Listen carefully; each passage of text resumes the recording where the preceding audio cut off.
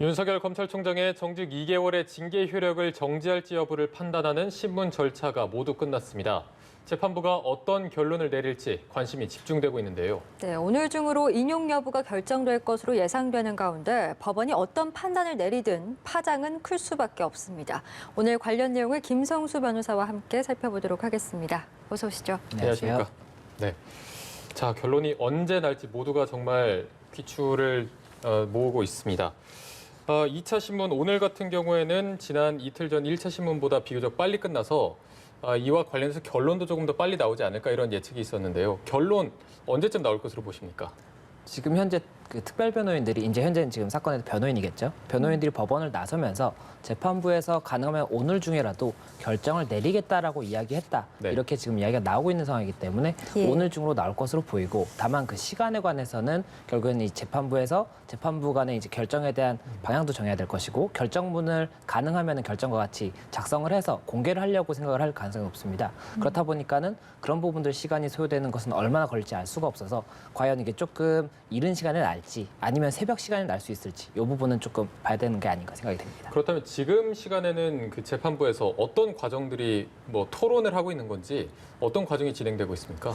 여러 가지를 조금 상상을 해볼 수가 있을 것 같은데 지금 어쨌든 질의서가 이제 1차 신문 기일 당시에 2시간 정도 신문을 했었고 네네. 원래는 물어볼 양이 많았다라고 한다면 2차 기일을 잡을 것이 아니라 1차 기일에서 조금 길더라도 다 이제 소화를 했으면 되는 부분이거든요. 그런데 2차 신문 기일을 이제 지정을 했다 보니까는 왜 그랬나 보니까 질의서를 이제 발송을 했었습니다. 네. 그게 무슨 얘기냐면 1차 신문 기일에서 양측 대리인들 이야기를 듣다 보니까 조금 불명확한 부분이 있는 거예요. 그래서 재판부에서 그러면 그 주장들에 대해서 우리가 이런 질문을 정리해서 보낼 테니까 각각 답변을 해주세요. 그럼 그 답변을 보고 저희가 결정에 참고하겠습니다. 이렇게 되면서 2차 신문 기일을 연 것이고 오늘은 이제 굉장히 좀 시간이 짧았다고 말씀하신 것처럼 이야기를 하셨지 않습니까? 예. 이제 1시간 15분 정도 했거든요. 네. 그렇다는 것은 이 7가지 질의를 했는데 이 부분에 대해서 이미 서면으로 판단을 다 했기 때문에 그 서면으로 본 부분 중에 일부 궁금한 부분들만 확인을 하고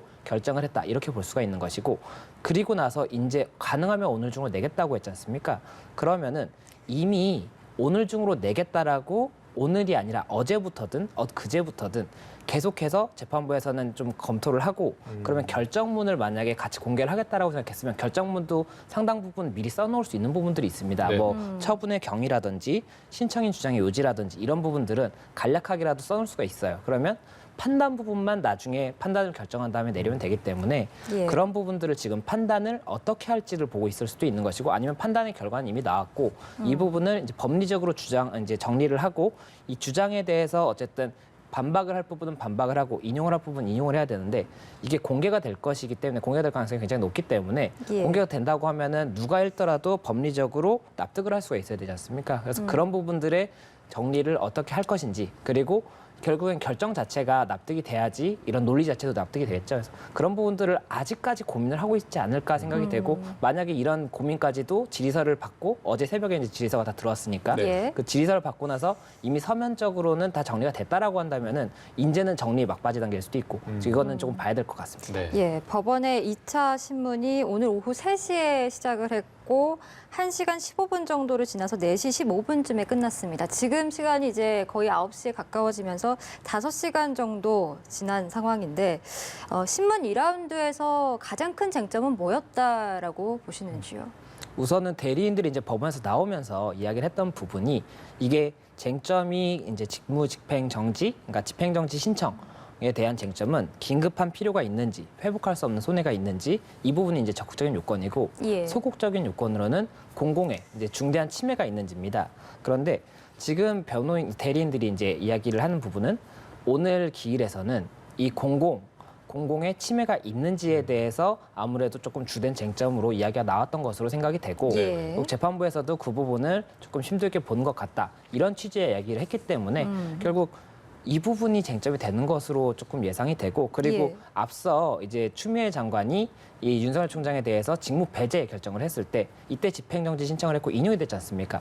그때 인용 결정문을 보면 이 구성이 신청 취지 그리고 처분의 경위 신청인 주장의 요지 그리고 판단으로 들어가는데 이 판단에서 이제 법리적인 부분이 정리가 됩니다. 그런데 여기서 회복할 수 없는 손해가 있는지는 5줄이에요. 결정문에 5줄밖에 할애를 하지 않았고 예. 그리고 긴급한 필요가 있는지는 15줄을 할애했는데 오히려 공공복리에 막대한 침해가 있는지가 5페이지에 걸쳐서 굉장히 상세하게 정리가 되어 있습니다. 네. 예. 그렇다 보니까는 이번 결정에서도 결국에는 이런 긴급한 필요라든지 회복할 수 없는 손해는 판례도 명확하게 있고 이 판단이 굉장히 오히려 쉽다고 볼 수가 있습니다. 그러면 이 공공복리에 중대한 침해가 있는지 이 부분에 대해서 지금 재판부에서 많이 고민을 하고 결정을 내릴 수밖에 없는 것으로 보이고 이번 결정문도 결국은 이 부분에 굉장히 좀 자세한 설명이 기재가 돼 있지 않을까 이렇게 지금 예상이 되는 상황입니다. 네, 실제로 법무부 측 변호인도 이제 신문 절차가 끝나고 나와서 인터뷰를 하면서 재판부가 공공복리를 굉장히 중요시하는 예. 것 같다라고 말을 했습니다. 그래서 이 공공복리와 관련해서 양측이 재판에서 어떤 식으로 좀 얘기를 했다고 볼 수 있을까요?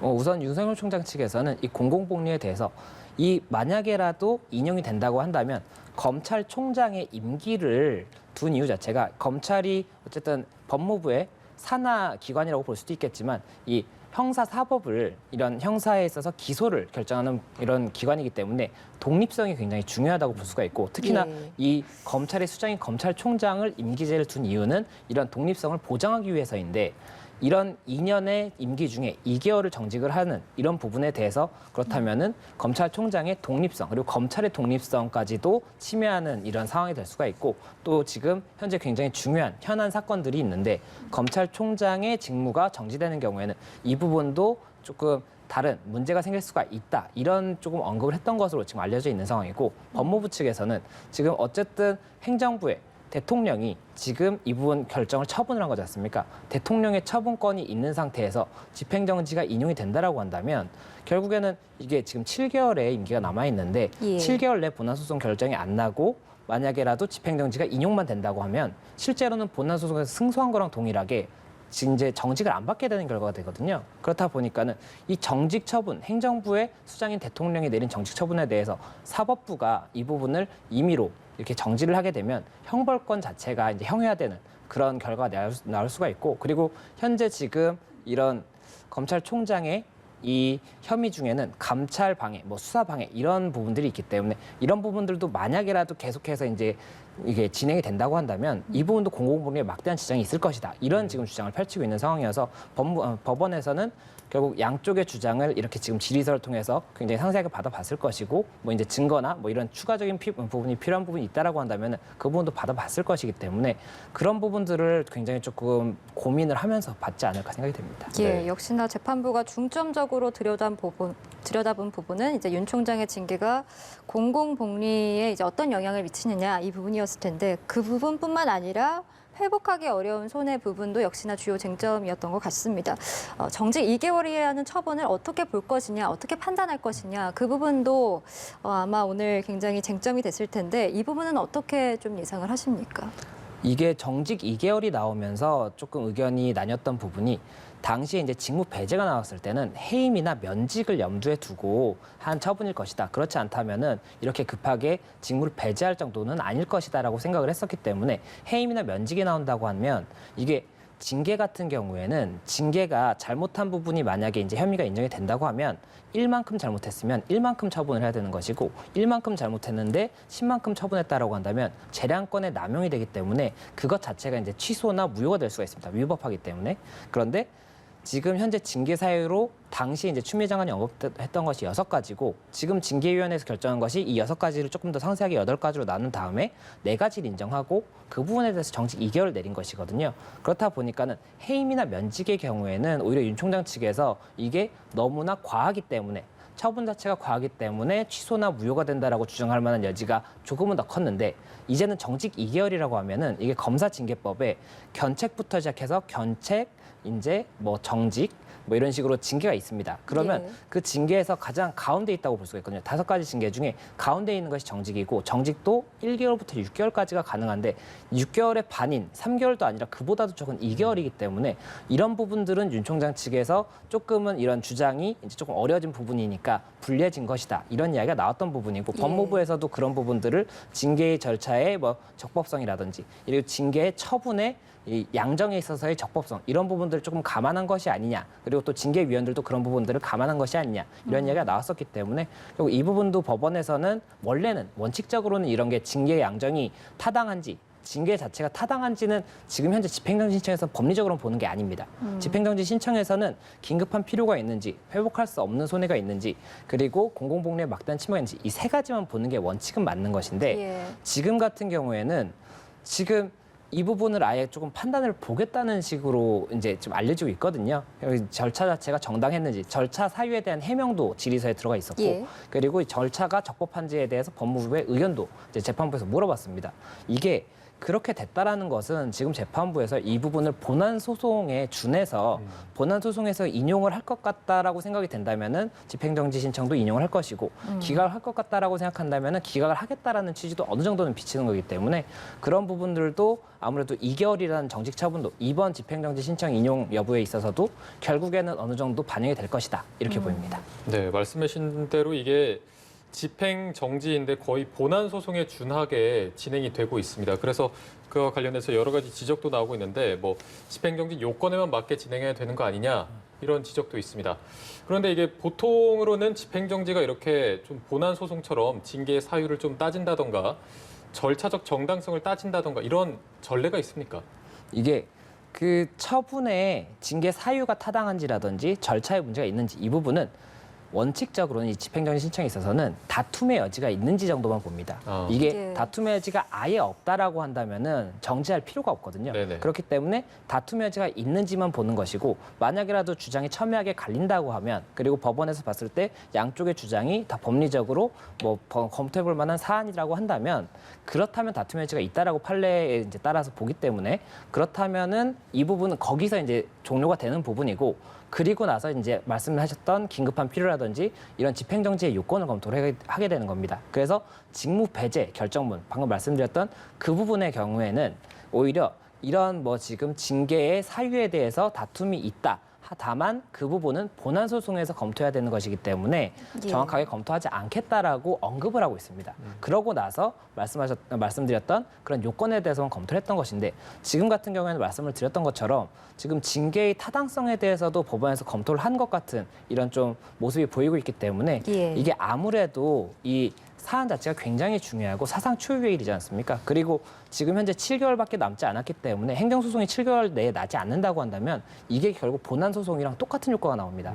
그래서 법원에서는 그런 부분들을 감안을 해서 결국 판단을 하려는 것으로 보이고 또 이게 만약에 재판부가 다르다고 한다면은 지금 집행정지를 판단함에 있어서 재판부가 다른 재판부도 우리랑 똑같이 판단할 거라고 이렇게 단언을 할 수가 없을 텐데 재판부가 같거든요. 예. 지금 본안소송도 행정12부 그리고 이 집행청도 행정12부이기 때문에 결국 재판부에서 우리가 어떻게 결론을 내릴 것인지까지도 어느 정도 판단을 해서 집행정지 인용 여부를 결정하겠다 이렇게 보고 있는 것이 아닌가 생각이 됩니다. 예, 그렇기 때문에 오늘 결론이 무엇보다도 중요할 수밖에 없는데 이제 재판부의 결론만 남겨두고 있는 상황에서 미리 그 상황들을 좀 예상을 해본다면 만약에 윤 총장 측의 신청을 기각했을 때 그리고 인용했을 때 그 각각 다를 시나리오를 좀 미리 짚어주시죠.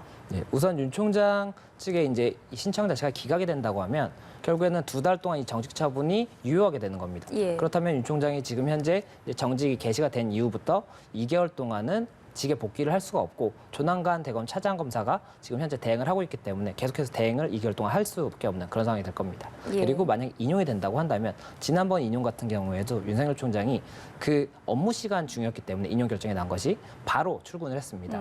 그렇기 때문에 만약에 근데 오늘은 이제 업무 시간이 지났기 때문에 예. 바로 출근하는 그런 모습은 볼 수가 없겠지만 만약 인용이 된다고 한다면 월요일부터는 바로 출근하는 모습을 볼 수가 있을 것이고 다시 이제 검찰 대검 업무를 진행을 할 것이기 때문에 그런 차이가 아무래도 현실적으로 날 수밖에 없고 결국 이렇게 된다면은 이 법무부의 처분이 적법했는지 여부도 어쨌든 단순하게는 보일 수가 있는 부분이 있기 때문에 예. 그런 거에서도 조금 많은 여파가 있지 않을까 생각이 됩니다. 네.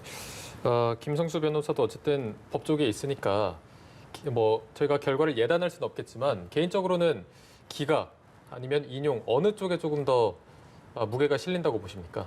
예, 말씀하신 것처럼 제가 이제 법 쪽에 있다 보니까는 굉장히 질문도 많이 받았었고 예. 그리고 저도 이제 이런 뉴스를 보면서 이런 지금 사실관계가 있구나를 보면서 여러 가지 고민을 스스로도 해봤습니다. 그런데 정말 이번 같은 경우에는 인용이 나오든 기각이 나오든 다 법원이 이런 이유 때문에 했구나라고 납득이 될 만한 이유들이 있어요. 예. 그렇다 보니까는 이 부분은 정말 예단할 수가 없고 정말 이게 변수가 너무 많기 때문에 결과가 나와봐야 될 것 같다. 실제로 이렇게 법조계 내부에서도 의견이 좀 분분한 편입니까? 굉장히 분분합니다. 보통은 사실은 이게 언론에서까지는 이야기를 못한다고 하더라도 이렇게 내부적으로는 뭐 이 정도면은 인용이다, 뭐 이 정도면 기각이다 이런 이야기가 나오거든요. 뭐 구속영장이 청구가 된다든지 이럴 때. 그런데 이번 같은 경우에는 정말 뭐 10명을 만나면 5명은 기각이다, 5명은 인용이다. 그리고 그 이유들도 들어보면 굉장히 다양해요. 지금 이렇게 주장을 하고 있기 때문에 이 부분을 근거로 해서 인용이 될 수밖에 없다. 또 그렇게 보고 또 사실관계도 1이라는 사실관계가 나오면 뭐 예를 들어서 질의서에 지금 뭐 어떠한 질문이 들어있었다 이렇게 되면 그 부분 가지고 뭐 보통은 한 80%는 동일하게 생각을 하게 되는데 이번 같은 경우에는 질의서에 이런 내용이 있었다라고 하면 그것도 오디오로 갈려요. 이게 법무부에 유리한 내용이다. 아니면 검찰총장한테 유리한 내용이다. 이런 식으로 얘기를 하기 때문에 어떻게 될지는 정말 봐야 될 것 같고 저도 굉장히 관심을 가지고 지금 보고 있습니다. 예, 네. 어떤 판단이 내려지든 참 파장이 적지 않을 부분인데 만약에 윤 총장의 입장을 이제 받아들인다고 하더라도 이제 정부라든지 법무부 차원에서 부담이 될 것이고 그리고 윤석열 총장이 만약에 이 기각이 돼도 이제 윤 총장의 어떤 사퇴로까지 이어지지 않을까 뭐 여러 가지 전망들이 나오는데 앞으로의 상황 좀 어떻게 전망하시는지도 마지막으로 좀 질문드리겠습니다. 아마 만약에 오늘의 이 신청 자체가 기각이 된다고 한다면 뭐 그리고 인용이 된다고 하더라도 양측 다 즉시 항고를 할 겁니다. 즉시 항고를 해서 예. 다시 한번 이제 좀 검토를 받아볼 것이고 그리고 양측 다 그런 본안 소송 자체가 어쨌든 빨리 진행이 돼서 이 집행정지와 별도로 어쨌든 이 처분에 대해서 다시 한번 다퉈보는 그런 노력을 할 것이기 때문에 7개월 내 소송을 끝내기 위해서 굉장히 조금 빨리 좀 진행을 하려고 할 것입니다. 그리고 사퇴 관련해서는 아마 사퇴는 지금 윤석열 총장이 이전부터 서울중앙지검장 당시부터 계속했던 행보를 봤을 때는 사퇴를 자진해서 하지는 않을 것이다라는 예. 게 지금 굉장히 조금 전체 지배적인 입장이기 때문에 그 부분은 조금 기대하기 어렵다, 예상하기 어렵다 그렇게 볼 수가 있습니다. 네. 법원의 판단이 인용으로 결정날지 아니면 기각으로 결정날지 저희가 들어오는 대로 전달해 드리도록 하겠습니다. 지금까지 김성수 변호사와 함께했습니다. 오늘 고맙습니다. 고맙습니다. 고맙습니다.